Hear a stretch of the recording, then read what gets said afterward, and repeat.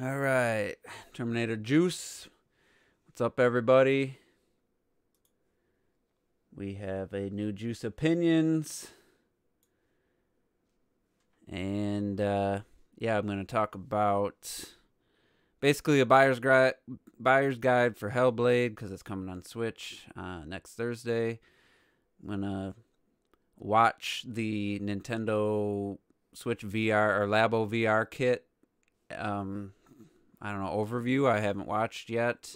Discuss the news today of Zelda and Mario Odyssey having VR support and what that could mean for a Switch Pro or something in the future. Nintendo Life already made a video, but I was thinking about it all day, and then I was hoping to be the first one to talk about that. But anyway, and then I'm going to discuss my thoughts and some reasonings for a poll I put up about Microsoft, Xbox specifically, in their quote-unquote pro-consumer attitude and how I feel about that and why I maybe have a slightly different look or I don't know, viewpoint on that than some people. Yeah, I'll go over all that in the end. So let's and my stream house shows orange. I just tested my internet, showed 120 download, 12 upload, so I don't know why it's in the orange. So yeah, first thing I want to talk about was Hellblade. It's coming out on the Switch, digital only, I believe. Yeah, on the eShop on April 11th, which is Thursday, and it's 18 gigabyte download. Talked about it a little bit, I think, on the Juices Loose podcast. But what I guess in my mind, I thought this game, I still feel it's a great game, and I've been talking it up quite a bit to the point where AGL Red Knight, Active Gamer Life, he finally tried it and had some pretty strong opinions, the opposite of mine. And it got me thinking, I have been talking this up quite a bit, so I thought I'd go a little more in detail. And I have a video. It's got a decent amount of views for just being some gameplay. Hellblade is great, but it's not for everyone. So I'm just going to have this play in the background while I talk. So this is gameplay that I actually recorded specifically for this purpose, and so it's just got some combat and some of the, I guess, environmental puzzle elements that make up, I would say, in the middle or at the beginning of the game, it's mostly walking around doing the environmental stuff. The combat's a little less frequent, but towards the latter half of the game, the combat is probably, I would say, the combat to the rest of the game it's like 60-40, and then the enemies get more challenging. They get a lot more facing at a time, and it gets pretty difficult, and you learn a few new mechanics that aren't well, at least one that's not in the early version for the combat. So basically, yeah, I like the game a lot, and I was surprised because it's not the typical game that I would go for. It's slower paced. I wouldn't say it's super cinematic, especially in the first half of the game. You rarely get any real story other than these. If you focus on that, you get a little Norse mythology stuff. So I guess I was surprised how much I liked it. There are a few parts of the game I didn't care for. If Red Knight's watching this, one of them was the fire, that path, that whole section. That's the only section like that in the game. The rest of the game is more the environmental puzzle stuff's more like what I in this video here. Which go rewatch the video, put some headphones on.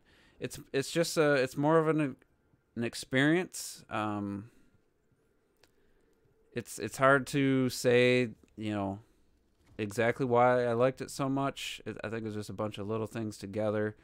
Um, but I can also understand why someone would see it and be like, that looks stupid. That looks terrible. It's like what I thought God of War, the new God of War, was gonna be. But coming off of being an action game to being what I thought it was gonna be, that's why I was kind of down on it in the beginning. I played it. I liked the game. It was my number 3 game of the year last year, but I would have put this game probably one ahead of it. It would have been right there. It would have been a tough decision if this had been a 2018 game, and I had played it in 2018.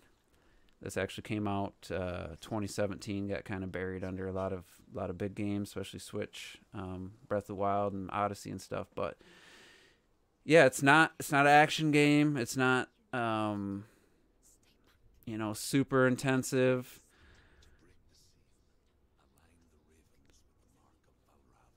Yeah, it's the experience of you have to, and I didn't start feeling it till a couple hours in the game. You start feeling empathy, like Simon Break says.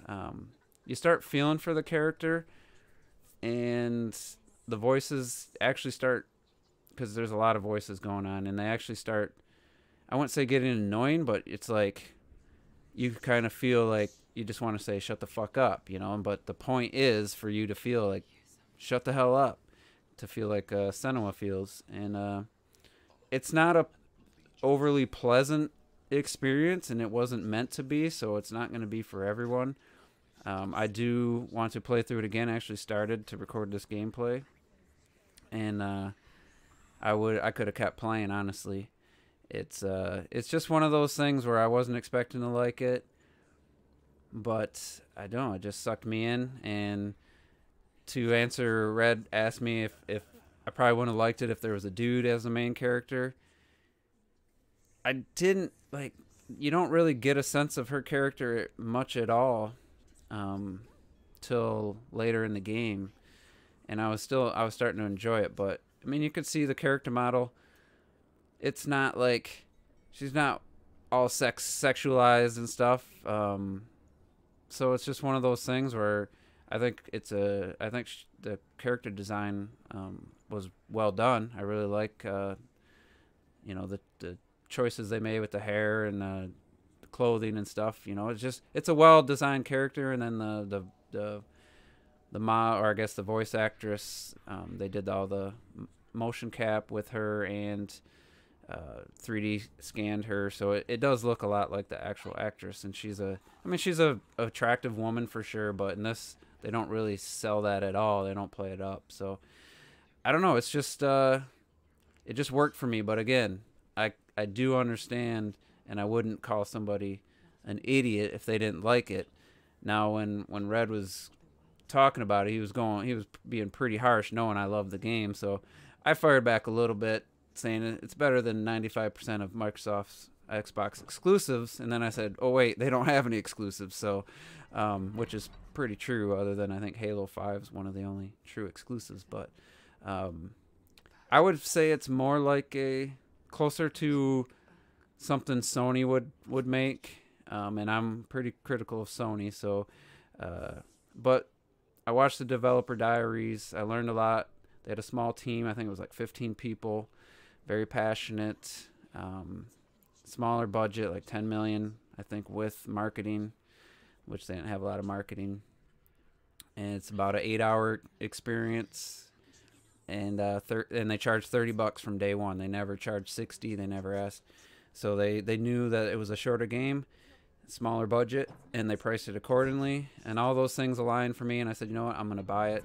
It was still $30 everywhere else. So and Switch, I assume, is gonna be 30. It's digital only. If it was on a cart, maybe it'd be 40. But yeah, I mean, judge for yourself. I'm not gonna sit here and tell everybody to buy it. I just can tell you I really liked it. In the later second half of the game, I really enjoyed. But if you're like this gameplay right here, if you're seeing this and you're like, oh, that looks tedious and boring and blah, blah, then probably the second half of the game isn't going to get any better for you. but I enjoyed it. So I would say check it out. Watch some reviews. If it looks interesting at all, you'll probably enjoy it. If it looks absolutely boring to you, then I don't think it's going to be for you. So that's my take on Hellblade, and I posted this. Reiterate how good of I think technically and artistically this game looks, and I think that holds true. There's some variations in the environments. The color palette changes in different areas. So you got the blues and grays of this area. This is more reds and browns and kind of earth tones. And then this area reminded me of 300 with the green and the contrast with the yellows and reds. And then this was just like a all bluish. This was the same area as the tree from the beginning. So anyway, I thought it was a great game, but don't just judge it based on me. So next I want to watch the Nintendo Labo VR. I have not watched this yet, so this is literally a first time. I queued it up. That was it. So I want to give my thoughts on what this could mean for VR. And am I interested in it? So I'm literally seeing this for the first time. Well, that's kind of cool.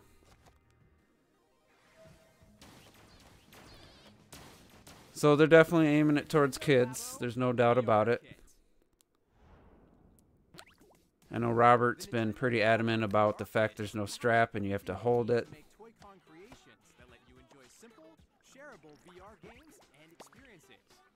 All you have to add is your Nintendo Switch system. Gaze into the toy. I wonder how the actual visuals will look, because see, that's got the motion tracking, head tracking. VR's cool for 5 minutes. I mean, that doesn't change. Just because Nintendo's doing it, that's not going to change. Depends on the price. How's that? That's going to get hot in there, you would think. I think your Switch would fucking catch on fire. Yeah, I know about the announcement. That's why I'm watching this, because of the Zelda and Mario Odyssey.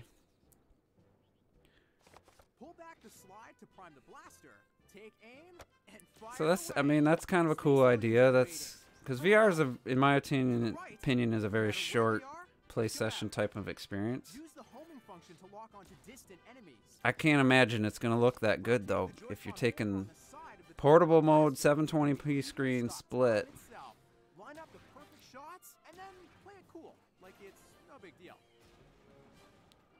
This looks like just a little fun. Play it a couple times, and you'd be good. To Hungry Hippos. Use the blaster to suck up fruit and then shoot it into a hippo's mouth. If you manage to feed one, the happy hippo will swim to your side of the arena. Could you have 2 players going on at the same time? And see who can win the hearts of the biggest horde of hippos and the game. Next, the Toy-Con Wind Pedal. Yep, that's a toy. What the fuck? I see there's slits on top, Simon, but man, still, even without cardboard wrapped around it, that fucker gets hot. Slits on top are fine, but that cardboard is an insulator. It will hold heat. This is kind of weird. Look out! If a ball rains down from above, use your head, a header, to knock it away. You know what to do, frog friend. Dodge. Yeah, I mean, simplistic. Next, we have the Toy-Con bird. There's nothing like yeah, those are Wii visuals there. What's up, hipsters? Squeeze the grips to make the bird flap its wings and tilt the Toy-Con to steer.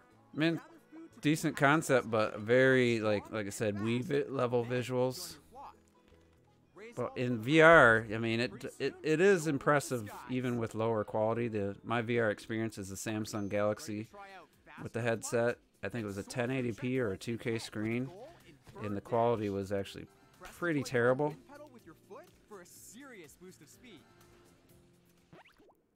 one is the Toy-Con elephant. Fucking elephant? What the hell? Use its trunk to paint 3D pictures that hang in Well, that's thin air. cool. You can even grab your creations and move them around. Well, that's a cool thing With for eraser, artists out there. shape tools, This looks really cool. Vex pens, I don't know why I'm got to use that stupid elephant thing, but use everything at your disposal this to craft actually some looks true masterpieces. pretty cool. Move objects to lead a marble to the goal in Marble Run. That's kind of dumb. You'll get your hands on twisty tubes, trampolines, I'd be curious though. I really wouldn't mind playing like 3D Odyssey or even 3D anti-gravity Odyssey, devices. Odyssey in But VR. you got this, right? Breath of the Wild. Why not try making your I'll own talk about it puzzles at the too? end. Now for the Toy-Con camera. Everybody go to subscribe to Find your Clocked It subject, right zoom now. in, Links in the and description. snap. With the Toy-Con Oh, that's camera, kind of cool. I do like to take photos in games. and a cute little creature relaxing in its house is an instant That's a photo cool one though. There are challenges to tackle too. Ain't always easy. It better be like the problem with the 3DS 3D camera was the quality was so low, just so freaking low that it wasn't worth taking photos. And if somebody takes a photo, how can you view them? Can you share them to other VR people? Plaza is loaded with 64 more bite-sized games and experiences. 64. Abduct stuff as a UFO.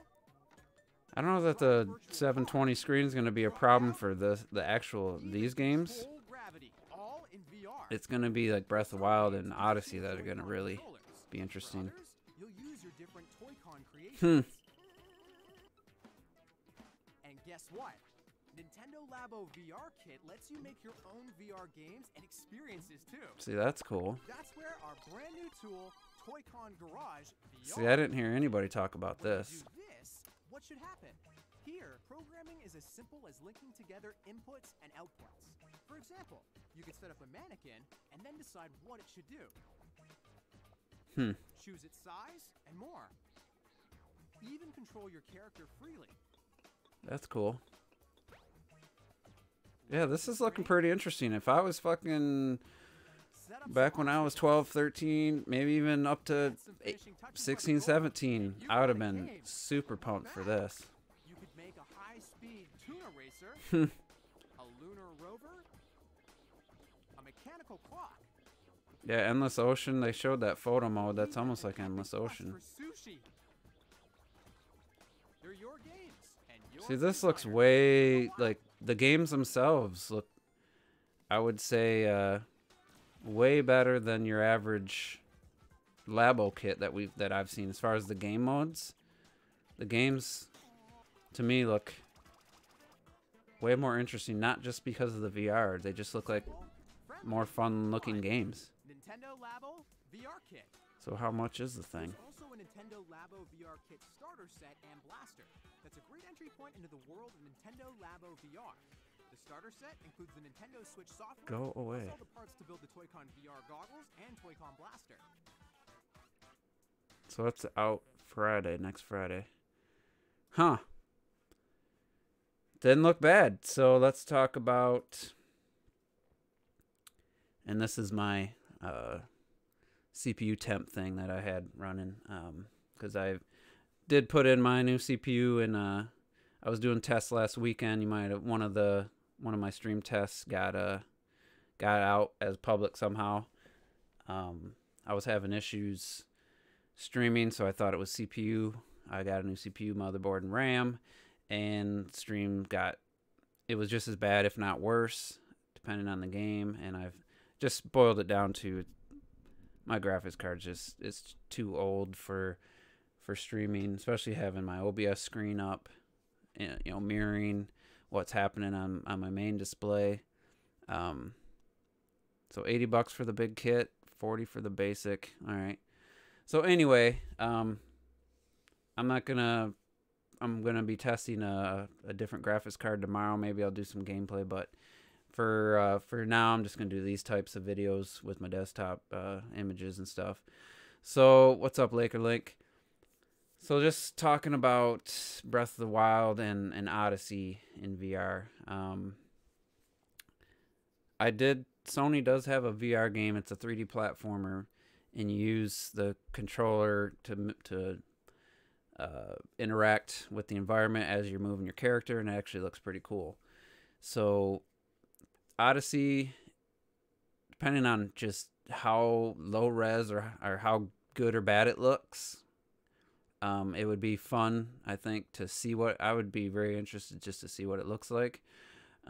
If it's like super low quality or cuts the frame rate in half and just doesn't play great or doesn't feel right or play smooth, then it wouldn't be worth doing. In Breath of the Wild, I'm just how can they get that game? I mean, portable mode. It already, I forget if it's 720 locked or not.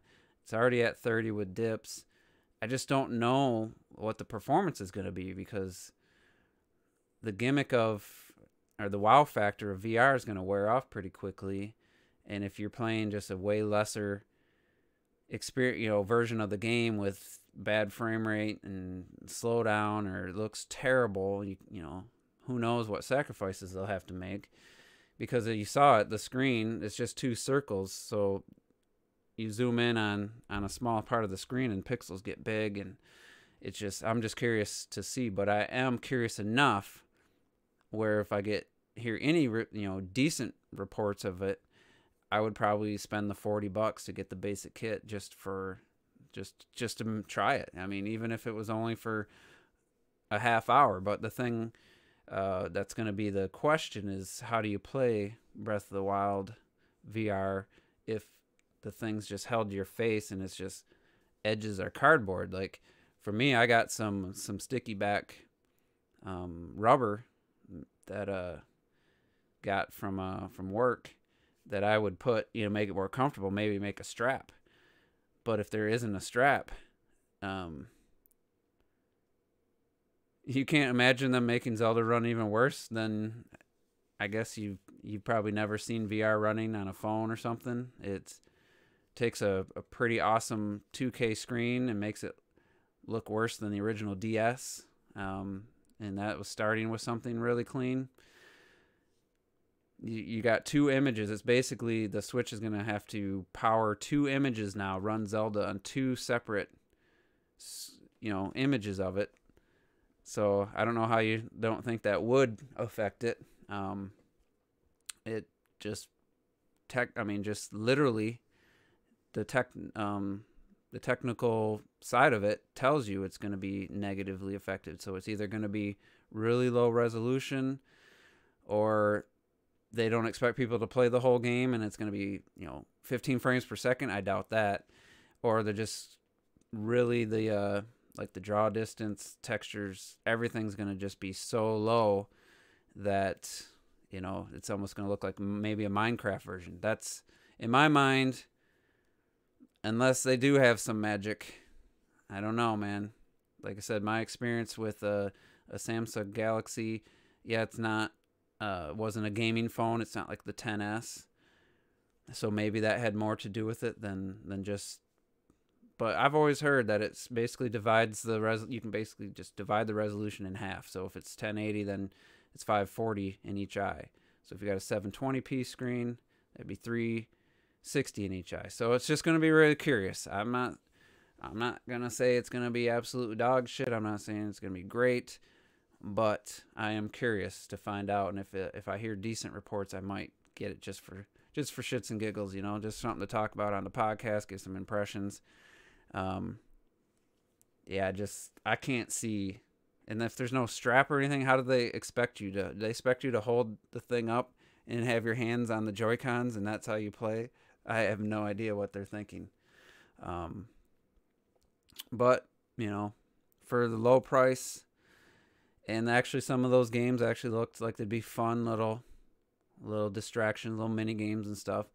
It's not like spending $600 on a HTC Vive for that kind of stuff. Spending $40, I could, but maybe 80 would probably be the better option to get more of the stuff. But so it's definitely more intriguing now than it was before. So So I'm just gonna have some Smash replays playing for the rest of this discussion. Hopefully it's not too distracting. Let me see if it plays while I have OBS up. Yeah.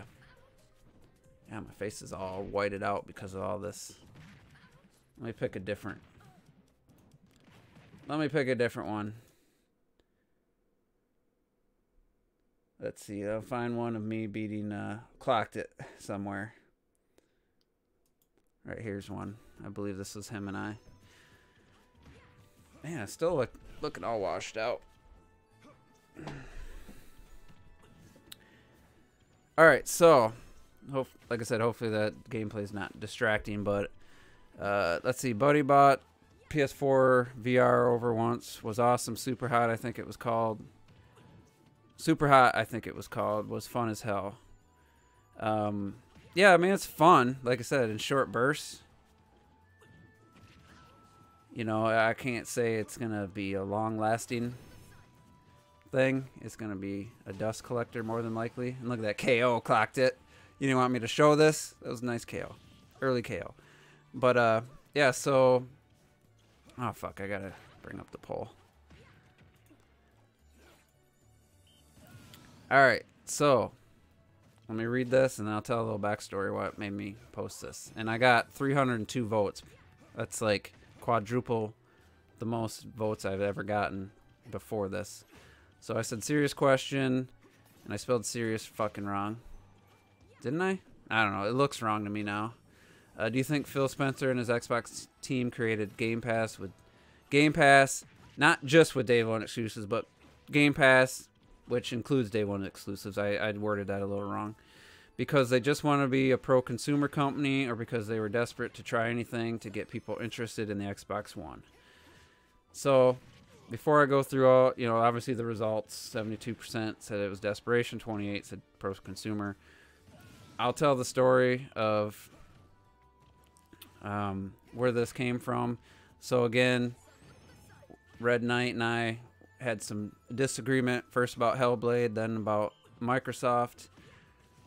And I realized, because Ms. T kind of pointed this out, to me, hearing anyone say like Microsoft's super pro consumer, or they're being the most consumer friendly company out there, I'm not disagreeing with that statement, but to me the difference is why they're doing it. And I think that's where we were really at odds, is because I know for T and Red, they don't care the motivations. They just know that there's good deals and all this cool stuff happening. So I was thinking about, like, why does that bother me? And so I slept on it, and I woke up and I was like, you know what? I know why. Because real quick, I worked for a family-owned business. Look at that KO. And we were all about customer service and integrity. And we got bought out by a corporation. They made a lot of anti-consumer changes, ridiculous price raising throughout the year, just things that customers didn't benefit the customer at all. They did it to try to blend two businesses together that shouldn't have been blended. They didn't care about the customer at all. They just, one of the guys high up decided he had an idea and he wanted to make it work. So anyway, we fought it. Everybody that had been working there for a long time, this is a bad idea, don't do this, don't do this. They didn't care. It wasn't until we didn't hit our sales for the year, our goal, and the shareholders panicked and people dropped out and our stock prices fell. That's all of a sudden we get the head guy showing up, and he's like, we gotta do better. We gotta go back to doing the things you used to do. We gotta do this, we gotta do that. And we're thinking, no shit, we've been telling you that for the last couple years, And then we start doing things the way we're supposed to, and then we get these pats on the back, and oh, you guys are the best of our divisions, and you blah blah blah. And I'm just thinking, yeah, you're saying this now because the fucking sales are coming back, and you're not gonna, maybe you're not gonna lose your job now. And so it felt very hollow, and I guess I didn't realize how much anger I still held from that. And it's been a couple years since we've been on the better path now, but I guess I was taking my suppressed anger about that and thinking about Microsoft and all the things they've done to like be pro-consumer now, and I can't help but get over what their motivations are and how much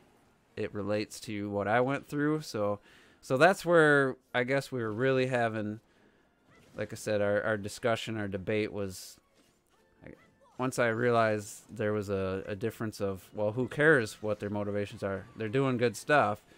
So I had already put the poll up before I realized that. So to me,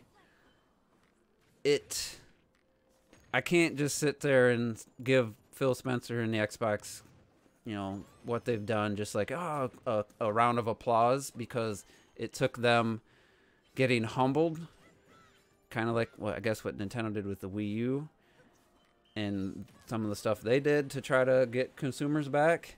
So I'm not arguing that it's consumer friendly. It is.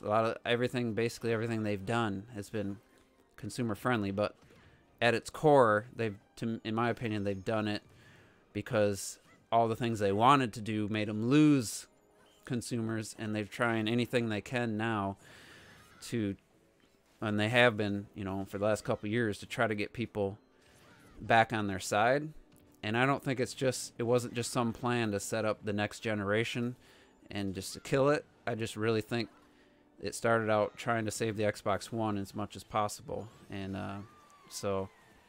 but with all this, there was a pretty good discussion from all this. I mean, most people, I felt like there was some really good replies on both sides, on all, multiple sides. So I'm gonna just read some of these. There's some dumb asses in the comments. This wasn't a PR move or a move because Xbox isn't selling as good as PlayStation. It's not a desperation move either. It's an industry move, and in the next few years, it'll be an industry standard. So this, I'm guessing he's an Xbox fan. So he doesn't think it's PR or because it's not selling, and it's not desperation. So that's his opinion. I completely disagree. But that's his opinion. So then we got Microsoft is trying to kill the Xbox brand for not making Xbox exclusive anymore, for putting their games on PC like Windows 10, Steam, mobile phones, and Game Pass. Xbox is dying, and Phil Spencer doesn't care about exclusive games. Plus, Microsoft doesn't care about quality games. That's an extreme. That's probably a Sony fan or a Nintendo fan. That's an extreme. Of course, I didn't like that one. I read and heard enough long interviews with Phil Spencer that I 100% believe him when he says he cares about video games becoming better for everyone. So that's that kumbaya stuff that I can't roll with. I believe Phil wants the gaming industry to be better, but to think that's the main reason to doing all this,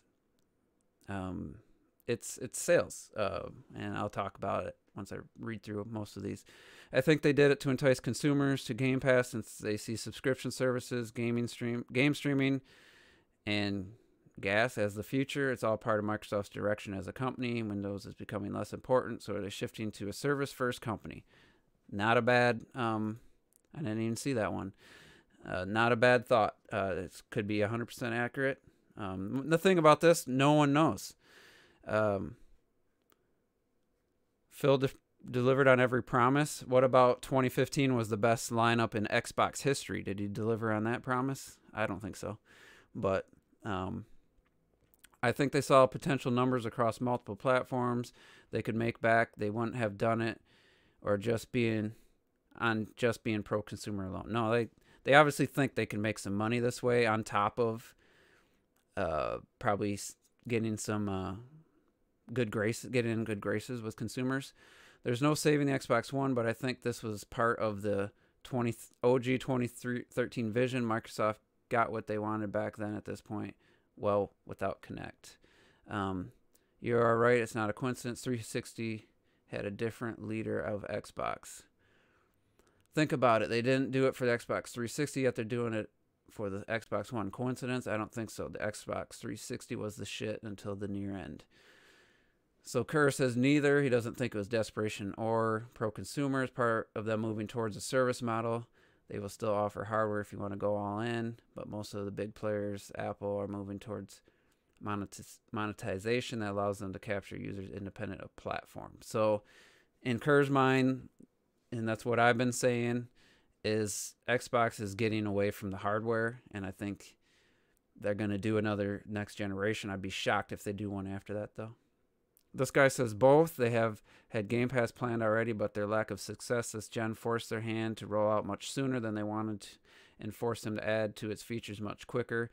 It is a great service, though, for what you get, especially if they come with games. You know, that's a very logical approach, too.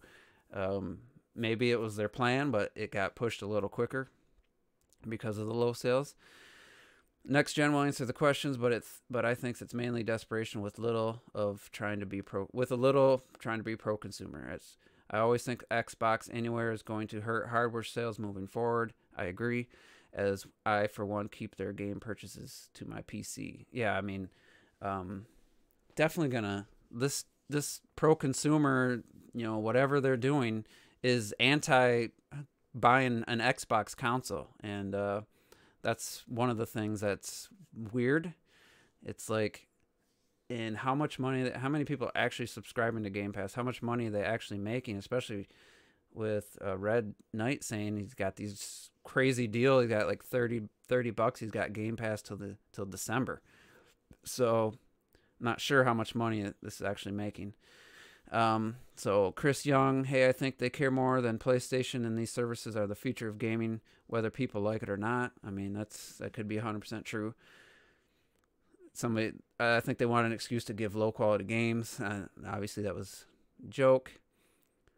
No company wants to give things away. They're just pulling out all the stops to make a value. Maybe Game Pass wasn't hitting the goals they wanted.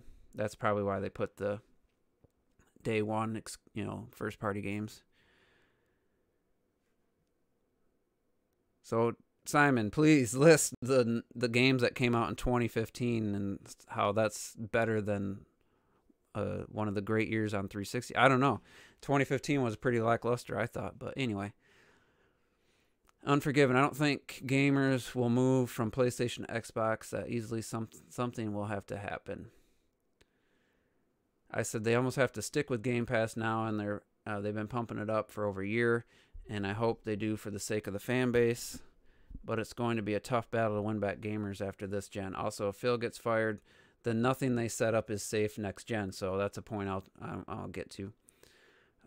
We'll read a few more. Ms. T said they needed good PR. Subliminal line says, not important to me what their motivation is. Like I said earlier, for some reason it just bugs me more. Game Pass seems like a good deal. I don't have an Xbox, but next gen I'm definitely going to think about it.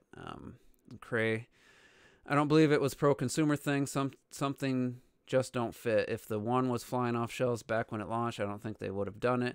Reminds me of the wheel of Game of Thrones. Xbox, PlayStation, Nintendo. One is on top, then the other, and so on.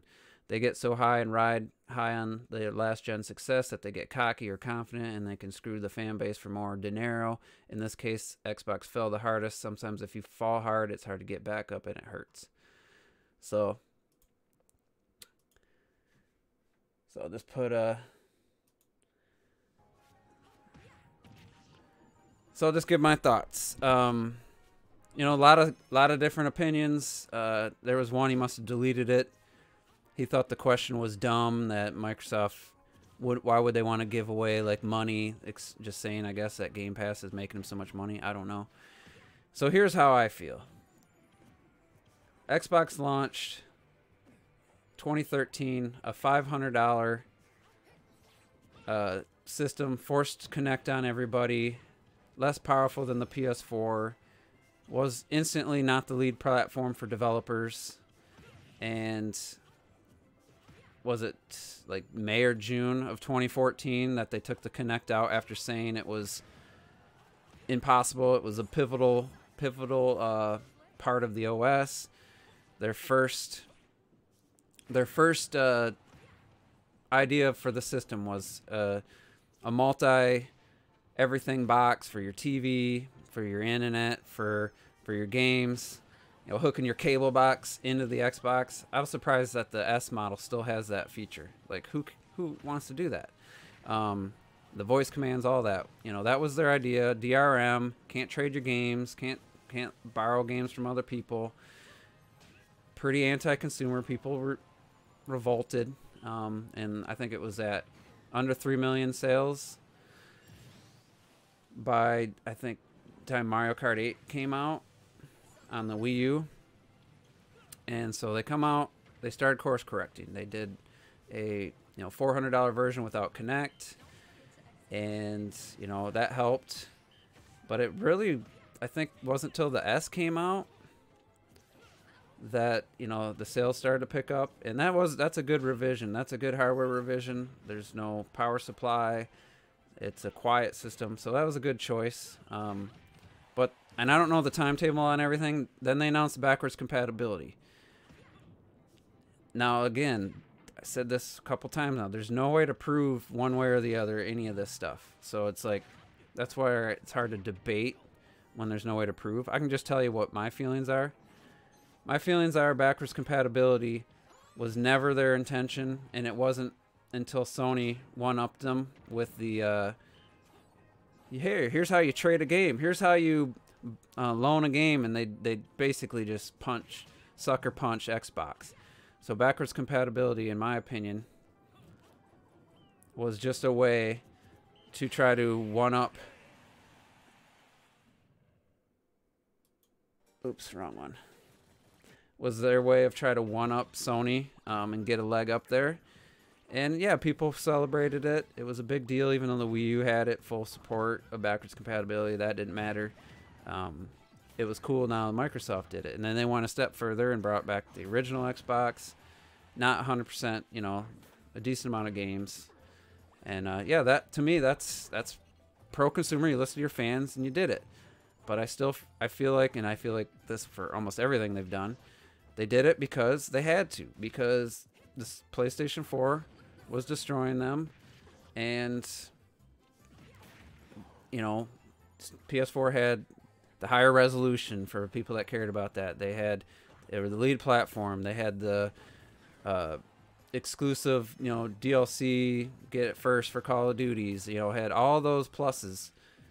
And Xbox was less powerful, the same price, more expensive at launch, and didn't really have an ace in their hole. So that's where backwards compatibility came in. Motivation, again, means something to me. Doesn't mean something to everybody. I understand that. And so they start with backwards compatibility.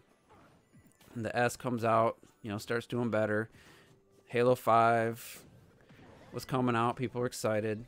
And, things were looking better. I don't think the PS4 was quite like 2-to-1 at that point. It was competing, it was doing all right. But I think once Halo 5 didn't light the sales charts on fire and Gears of War didn't explode, I think they did like 5 million. It's nothing to scoff at, but when you're seeing PS4 games do 10, and the PS4 version of multiplats doing like 3-to-1, 4-to-1 over the Xbox version, I just feel like Microsoft realized they had to do something. I think the next step was the cross-buy with Windows, and very pro-consumer, very consumer-friendly for someone like me. I have a decent gaming PC. It's about PS4 Pro. It's a little under the Xbox One X, I guess, overall, but at 1440p, it's probably better. So they did the cross-buy, and a lot of people are like, what the hell, yo, why do I need an Xbox? That's when that really started. But, you know, I'm guessing Phil Spencer was told, you need to push Windows 10. That is our big push for Microsoft, and he works for Microsoft, and what the main person says, he has to do. And Windows 10 push for like 2 E3s in a row. Remember the old Windows 10 and Xbox exclusive? Remember that stuff we made fun of for 2 years? They calmed down on it at least the last year, maybe the last 2. So that was their first step. And I don't know what the answer was, Simon. I'm just telling you I'm just kind of going over what happened, kind of trying to relive it and just kind of think about why they might have been doing what they did. In my opinion, get out of your Halo, Forza, and Gears and make some really appealing games, and that, to me, that's you know, more interesting than backwards compatibility or cross-buy. But so then I think basically we got Game Pass and the X. I don't know which one came first. And so you got this service. It's a rental service. Let's just be real here. I don't think there's any debate. Game Pass is a digital rental service of subscription-based, similar to Netflix.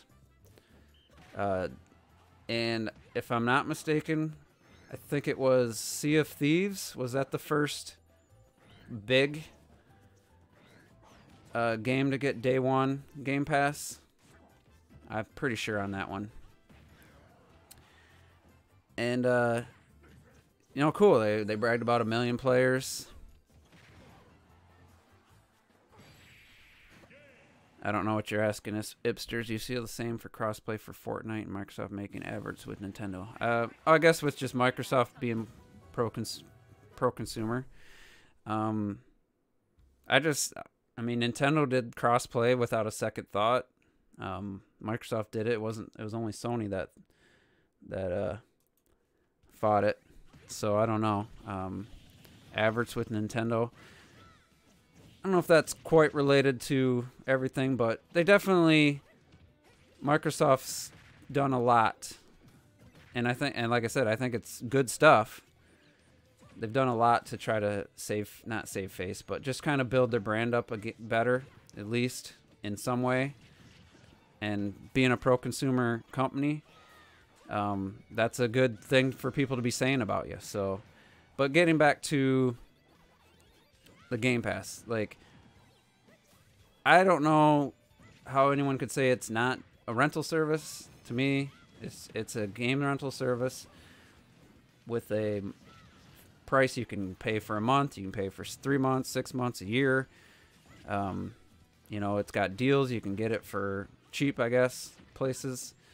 But it's a rental service. Like, it's like a digital version of GameFly, but it doesn't get all the games. So I know Red Knight made the example. He's like, I played Shadow of the Tomb Raider. You paid $60. I paid basically a dollar for it. Well, I was like, how did I know when Shadow of the Tomb Raider was going to hit Game Pass, or if ever? It took 5 months.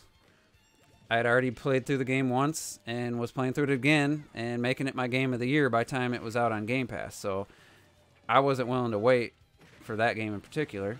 And there was no guarantee any game's ever going to show. Any multi-plat, there's no guarantee that it's going to come to Game Pass. So for me, it's a bit of a gamble.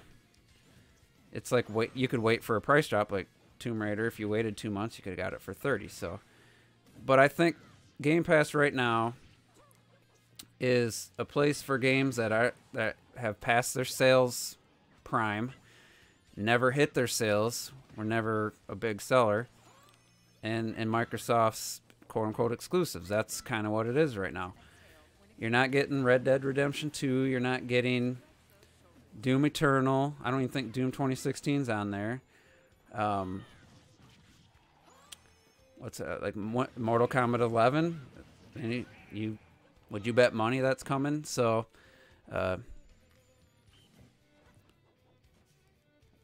But yeah, so anyway, Game Pass is a rental service. I had a free trial. I said it's a good option. But if a game you really want to play, like for me, Shadow of the Tomb Raider, I wasn't gonna wait.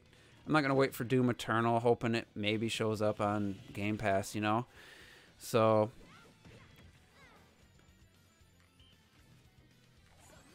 that's bullshit. They're retro. It's a one-on-one. It's not a 4-player match. But anyway, I bet money that Mortal Kombat X will be on there. I don't know if Mortal Kombat X is on there, but 11. Is there any guarantees? No. If that game sells ridiculous, I don't know. So no Call of Duty's on there. No the old Battlefield. I don't. Those games aren't that big to me. So it's like you're not getting every game. I got off on a little tangent. Just talking about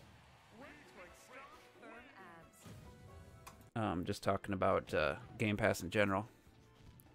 So again, good things, but I can't just give them a pat on the back, knowing in my mind, feeling I should say, that it came from shit. We're losing. We lost a lot of our fans to the PlayStation 4. A lot of our 360 guys and girls have moved to the PlayStation. They're not saying too many good things about Microsoft and Xbox. Their first-party games aren't lighting the sales charts on fire. It just all kind of led to what we got now. And they're going to do a streaming service, xCloud, I guess. I don't know much about it. I probably talk about it at E3. Streaming service, it's cool. But like Stadia, not that interesting to me. So yeah, you got the backwards compatibility. I've never used it. I've had my Xbox One S for 4 or 5 months, but it's there. It's an option. It's not a bad thing to have. You got the cross-buy. I used it for Forza Horizon 4. Played on PC and Xbox. And then you got Game Pass, a cheap way to try out games, play games you might have never played.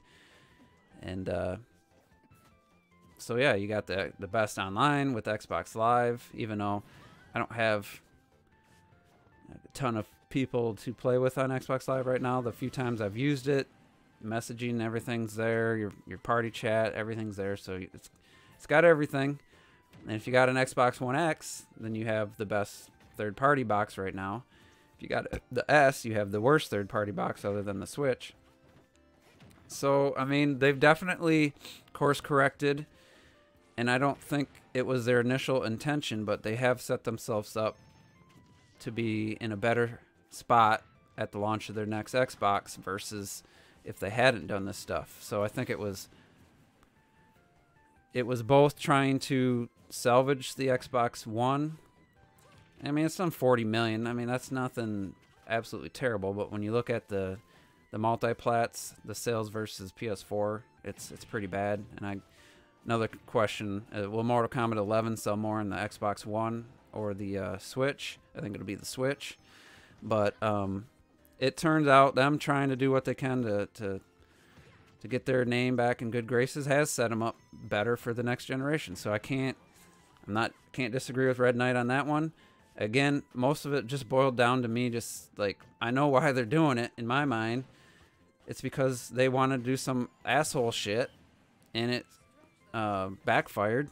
So they did everything they could to try to correct it, you know? So like Nintendo with the Wii U, we got a free game. You buy Mario Kart 8, a game people are going to buy anyway. Oh, you get Donkey Kong Country Tropical Freeze, New Super Mario Bros. U, Pikmin 3, or I forget the other one, for free when you buy Mario Kart 8. Why were they giving away, I mean, 2 really great games, one good game and one kind of trash game? It's because they had like 2.5 million Wii U's sold after a year or whatever. It's because they had to. They didn't want to. They didn't want to give that game away. They weren't just trying to be consumer friendly. Iwata was honorable guy. And I think some of the stuff that with the Switch right now wouldn't have happened if he was around, but that's why you got that free game. What else did they do? You got the what'd they call it? The Digital Deluxe program. They extended that where you got 10% off or 10% back on any game you bought digitally. They extended that for like a year. They had games would come out at $50, $40. Tropical Freeze come out at 50. Treasure Tracker come out at 40. Kirby $40. When's the last time we had a $40 game on Switch that wasn't a port of Captain Toad? Like, all of these games are coming out full price. So Nintendo did things to try to make the Wii U a more appealing option for people. They didn't want to give up on it right away. They doubled down on really good games. Iwata took a pay cut, all that. That's something to applaud. The taking a 50% pay cut? That's something to applaud. Giving away the free game, that's just them desperate to have Mario Kart 8 sell, you know?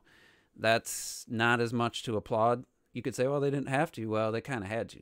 The Wii U was it was like 3 million at that point. They had to do something. They did a price drop before they wanted to, and threw in Wind Waker HD bundle, and then they dropped the price $50. You know, they did things they didn't want to that made it a better value proposition, and that's kind of what Xbox did. They tried to make a better value proposition. Hey, you buy a Xbox One, play a lot of your 360 games. If you buy a Gears 4, you can play it on your PC through Windows 10. And if you don't want to buy our shitty exclusives from here on out, just pay a few bucks a month for Game Pass, and you can play those games like Sea of Thieves and Crackdown and State of Decay 2, but we'll also add some third-party games that are, you know, some really good ones on there. So it's just all, you know, trying to make up for what, you know, the Xbox One was supposed to be. So, like, you know, I'm not hating in the way that, like I think Red Knight thought. Like, I'm not a biggest Xbox fan, but I like Microsoft more than I like Sony as a company. Yeah, so, but my PS4 purchase, I can tell you, is the only Sony system I've ever really enjoyed, and especially what I paid for. I paid $220, like over 2 years ago, and it's still, I mean, it's not even that price now. It's still $300. So I've enjoyed my PlayStation 4 and the games I've gotten for the most part, and there are a couple, especially some of the exclusives I've really enjoyed. My Xbox, other than Forza Horizon, that's the only, you know, exclusive, I guess, if you want to call it that. Other than that, I played Trials Rising and some third-party stuff, and it's not a bad system, I will say. The S is a nice, quiet, well-designed system. No power supply, no or brick or whatever. I enjoy it, but it's mostly my Netflix and HBO Now player. I don't plan on buying any games for it from here on out. I guess if I had Game Pass, I wouldn't even bother Crackdown 3. I wouldn't bother with Sea of Thieves. I don't know what I'd even try if I had Game Pass right now. But yeah, so anyway, hopefully Microsoft keeps this going. The next system isn't a dud. You know, it's hard to say a dud when the Xbox One sold 40 million, but it really feels like a lot of people jump ship. I'm actually surprised it even hit 40. And maybe by the end it'll be 45, 50. I don't know what it's going to end up at, but you know, it's 5+ years in. There's no taking down the PS4. The Switch doesn't even. I don't think the Switch can even do it. It's keeping pace right now, but the PS4 has a 60 million lead. The Switch needs to be doing 3 or 4 times the PS4's weekly numbers to have a chance, and it's not. So, fuck, I forgot to talk about the Switch Pro for the VR. That was like one of the main things I wanted to touch upon, and I completely forgot. But I've gone on for a long time now, so I'm at an hour. Let me just quick wrap up Microsoft. The next system comes out. If it's a banger with quality games that you can't get anywhere else, it's gonna, in my mind, that's what it needs. They need the Ninja Theories and the other studios they bought to have quality games within the first 6 months, if not at launch. You need your Halo Infinite at launch. Your, a big new IP or something that just I don't know if they can do the next Halo, but a Halo like, when the Xbox launch had Halo, that sold the system. So they come out with a bang. Still have Game Pass. I don't even care if they get away from the day one exclusives. Like if Halo Infinite's not on Game Pass day one, I'd understand. I don't think it needs to be. I don't think it should be.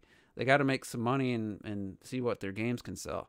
But they keep that, whatever streaming service they come up with. I think, they got some stuff in place, but then again, I also still feel like this system doesn't sell. The next Xbox, Anaconda, whatever the code name is, if it doesn't sell PS4 numbers, 80 million plus, I don't think Microsoft will bother with another console. So, all right, let me get back to the VR because I can't believe I forgot this. One of the things, and then I said earlier, Nintendo Life beat me to the punch, but I'm seeing VR and I'm seeing they're going to put Zelda, the whole thing in VR. Mario Odyssey, 2 of their biggest titles. To me, this almost, I wouldn't say guarantees it, but it really leads me to believe that, if they have a variation on the Switch, it's more likely going to be a decently amount more powerful, because if you're going to expect VR, and maybe it doesn't take off, and maybe it's just for lab or whatever, but you put out a nice jump in power, a 1080p screen, improve that VR. I don't think VR is really going to go anywhere, but I kind of feel like if they're putting Breath of the Wild in it, I'm leaning more towards a more powerful Switch than and maybe there will be, and then we'll get the stripped down one too, without a dock and stuff. So I just kind of feel like this kind of leads to if you were making a debate, you would use this VR, adding it to Breath of the Wild and Odyssey as your arguments that there is going to be a more powerful Switch, and it's probably going to be this year announced at E3. So that's kind of how I feel about that, and I'd go into it longer and give my more thoughts on it, but I don't want to make this video any longer. So what are you guys' thoughts? And hopefully made my point clear about my thoughts on Microsoft, and I